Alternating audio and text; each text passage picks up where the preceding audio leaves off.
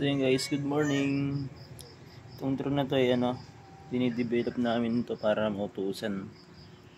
So yun ito yung mapping nya. So dito nakikita na natin kung saan yung drone.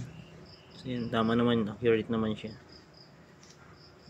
Ito yung mapa ng Pilipinas. Nasa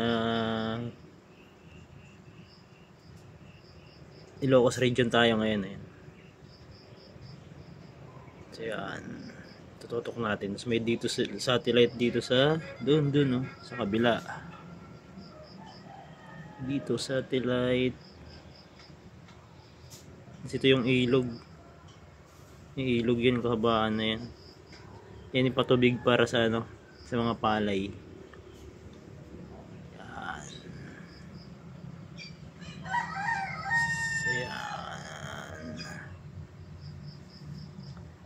Tapos kaya tayo nalolocate dahil sa GPS na to. Yung GPS to. Voxnel baka naman. Tapos ang ating FC ay SpeedV na A4 version 4. Yan siya.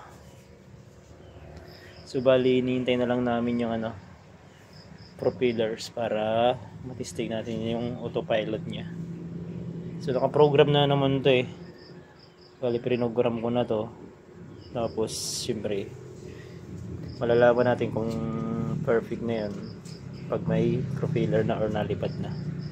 So yun lang, maraming salamat. Cheers.